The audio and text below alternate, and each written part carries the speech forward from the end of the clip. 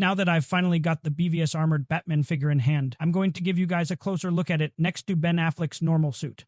Since there's already some pretty solid reviews out there, I'm going to focus more on the comparison aspect rather than a fully detailed review.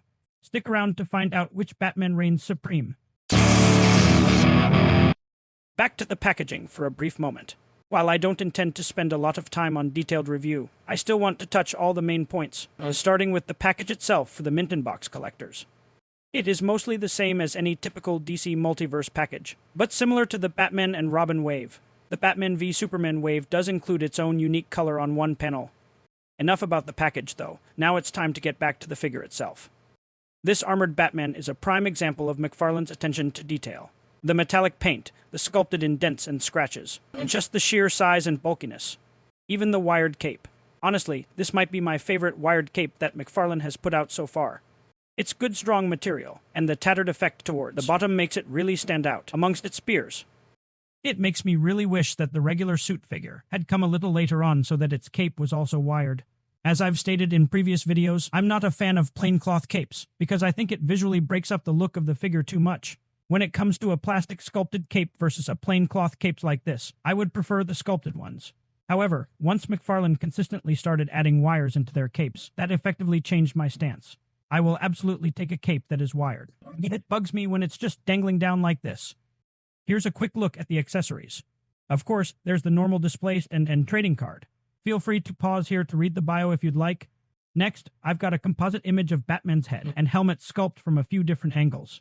The metallic paint is very reflective, so you'll see a lot of different glares and shadows on the armor throughout this video. Now, we'll get a good, close, slow, up and down look at both the front and the back. With this figure, all of the sculpt, paint, and black wash detailing is just as good on the back as it is on the front. While some McFarlane figures may lose some of those qualities on the backside, this armored Batman does not. Plus, the cape is pretty amazing too. Good cloth material plus the tattered edges at the bottom. I can't help but wonder if this threading might come undone over time though. From this point forward, I've swapped out the hands for some additional poses.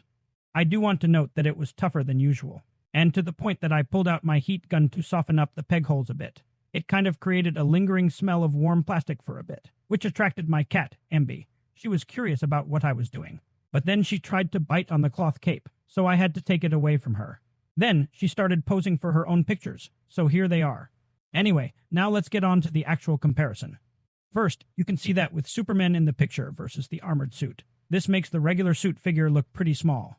Of course, to be in scale with the armored suit, the regular suit should be a little bit smaller, but I do think that this shows the regular suit being a bit too small. Even more so when shown side by side with Superman. When you consider the size of each actor, Ben Affleck is listed as being 6'2", but Henry Cavill is supposed to be just a little bit shorter at 6'1". This unfortunately showcases one of McFarlane's greatest weaknesses. Scale, especially amongst his own line. So with all that said, I think that this really goes to show that the scale problem definitely lies on the regular suit version of Ben Affleck's Batman, and not the armor suit. Just for a few more comparisons. I'll show the armor suit next to all previous movie Batman figures that I have, starting with Adam West and Michael Keaton. Then I have Val Kilmer and George Clooney. Finally, followed by Christian Bale and Robert Pattinson. The last thing I want to show is the bat signal. That was exclusively in the movie 6-pack.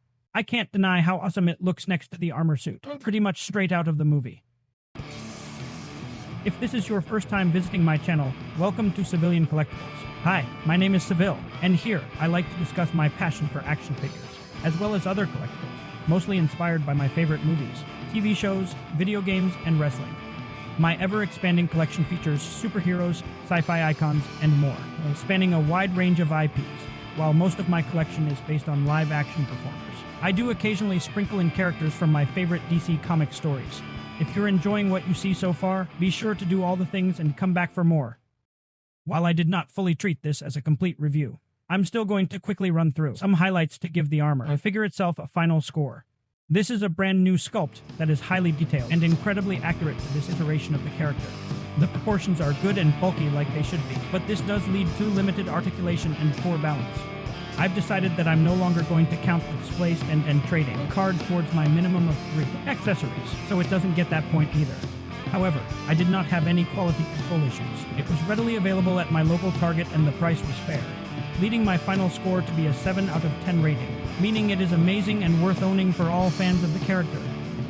So, if you find this McFarlane Toys DC Multiverse BvS Armored Batman hanging on a peg or sitting on a shelf in your local area, it is definitely worth adding to your collection. Thanks for all your support so far. It's really what keeps this channel going. Now, for a quick note before we finish up, I utilize an AI voice clone to help me deliver a clear and consistent experience because of the speaking challenges that I face in my day-to-day life. Don't worry though, this really is my voice that you're hearing. While I absolutely do enjoy sharing my collection and enthusiasm with you all, it became clear to me that recording the speech needed to continue producing videos required more energy and focus than I was able to maintain, especially after an exhausting day as a sales professional.